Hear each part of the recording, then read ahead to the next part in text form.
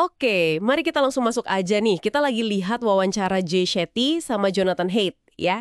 Dia kan penulis buku The Anxious Generation. Betul. Nah, pertanyaan gedenya kan gini, bener nggak sih smartphone sama medsos ini jadi pemicu utama krisis kesehatan mental remaja global?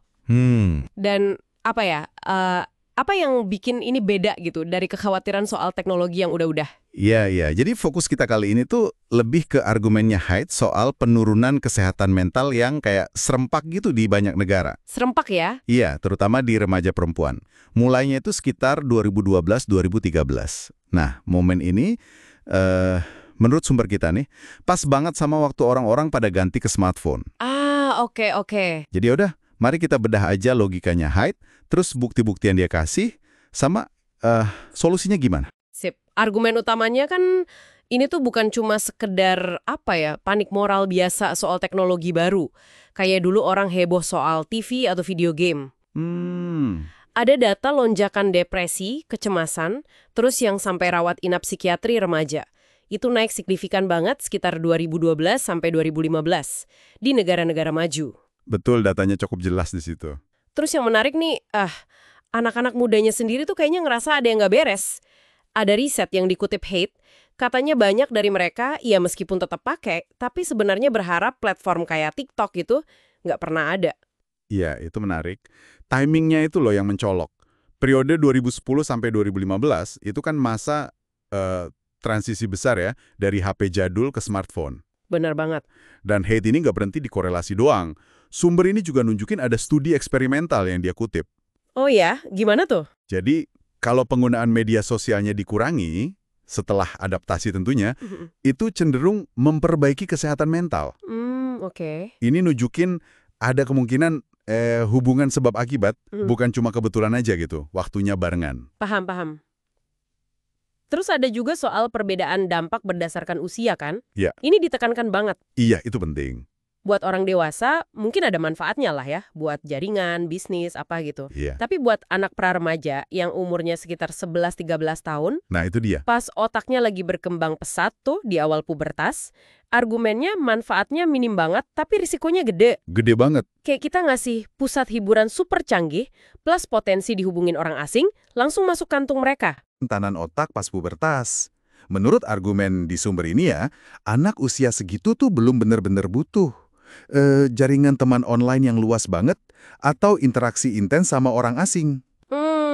Iya juga ya. Kebutuhan buat nyambung sama teman dekat aja sebenarnya cukup pakai telepon biasa sebelum era smartphone. Masuk akal. Terus dampaknya juga beda ya antara cewek sama cowok. Katanya buat perempuan, korelasinya lebih kuat ke depresi sama kecemasan. Iya, itu polanya kelihatan. Kenapa gitu ya? Sumber ini ngejelasin beberapa faktor. Pertama, perbandingan sosial, terus-menerus soal penampilan. Yang seringnya kan, ya gitu deh, terdistorsi dan hiperseksualisasi di medsos. Iya. Standar yang nggak realistis. Nah, itu satu. Terus ada agresi relasional, kayak ngejelekin reputasi orang. Ini jadi lebih parah di dunia maya. Soalnya bisa anonim, nyebarnya cepet banget. Waduh, belum lagi risiko ya. Predasi sama perhatian seksual yang nggak diinginkan dari orang asing. Haidt ngutip data internal platform kayak Facebook, Instagram, katanya ini kejadiannya cukup sering. Serem juga ya. Sementara kalau buat laki-laki, gambarannya agak lain. Iya, digambarinya lebih kayak perkembangan yang terhambat. Jadi ada kecenderungan mereka tuh kesedot ke video game yang imersif banget, seringnya tema kekerasan ya. Sama pornografi, yang sekarang kan makin gampang diakses, makin intens juga.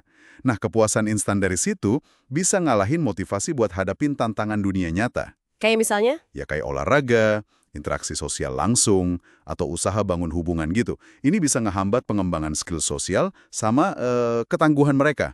Jadi kurang greget di dunia nyata. Jadi kepikiran juga soal kritiknya Haidt ke pendekatan kesehatan mental sekarang. Katanya kita terlalu fokus ngasih label ke emosi. Betul.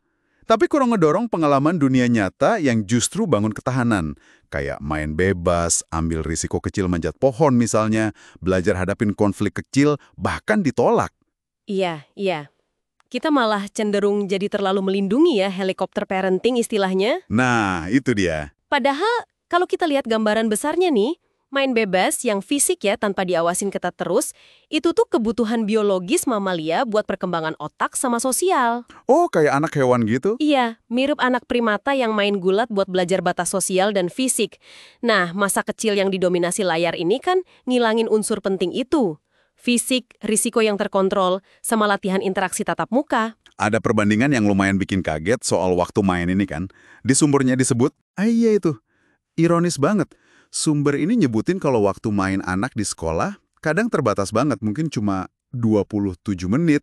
Itu udah termasuk makan siang loh. Wah, singkat banget. Sementara itu, narapidana di penjara federal AS katanya punya jaminan minimal 2 jam di luar sel. Astaga. Perbandingan yang, ya gitu deh, menunjukkan prioritas kita mungkin perlu ditinjau ulang ya. Jelas banget sih. Jadi, kalau masalahnya serumit ini, apa dong solusi yang ditawarin di sumber ini? Haidt ngusulin 4 norma kolektif. Maksudnya, ini perlu dilakuin bareng-bareng, nggak bisa sendirian. Oke, apa aja tuh? Pertama, tunda kasih smartphone sampai anak masuk SMA. Kira-kira usia 14 lah. Kedua, tunda akses ke medsos sampai umur 16. Dan ini penting, harus ada sistem verifikasi usia yang beneran jalan. Verifikasi usia ya, itu PR besar. Banget. Ketiga, sekolah sebaiknya ngerapin zona bebas ponsel. Jadi HP dikumpulin atau dikunci selama jam pelajaran. Keempat, secara sadar kita kembalikan lebih banyak waktu buat anak main bebas dan mandiri di dunia nyata. Jadi kuncinya emang aksi kolektif ya. Soalnya kalau orang tua jalan sendiri, rasanya berat banget. Kayak anaknya jadi beda sendiri gitu. Tepat. Itu namanya collective action problem. Susah kalau cuma 1-2 orang. Tapi sumber ini juga nyebut sih, udah mulai ada momentum. Kayak gerakan orang tua di beberapa negara yang nuntut perubahan. Oh, bagus kalau gitu. Verifikasi usia sama identitas online itu jadi krusial banget buat ngelindungin anak. Nah, dari 4 usulan tadi, mungkin yang sekolah bebas ponsel itu yang paling realistis dicapai dalam waktu dekat sama banyak komunitas. Iya juga. Oke, jadi jelas ya, ada urgensi buat mikirin ulang gimana sih masa kecil seharusnya di era digital ini. Betul. Melindungi fase perkembangan krusial anak dari teknologi yang mungkin, ya, nggak dirancang buat mereka gitu. Dan ini butuh upaya bareng-bareng. Iya, sangat butuh. Dan ini ninggalin satu pertanyaan mungkin ya, buat Anda renungkan juga. Apa tuh? Tadi kan disebut riset kalau banyak pengguna, termasuk remaja, berharap platform tertentu itu nggak pernah ada. Tapi mereka tetap aja pakai. Iya, benar. Nah, apa artinya fenomena ini?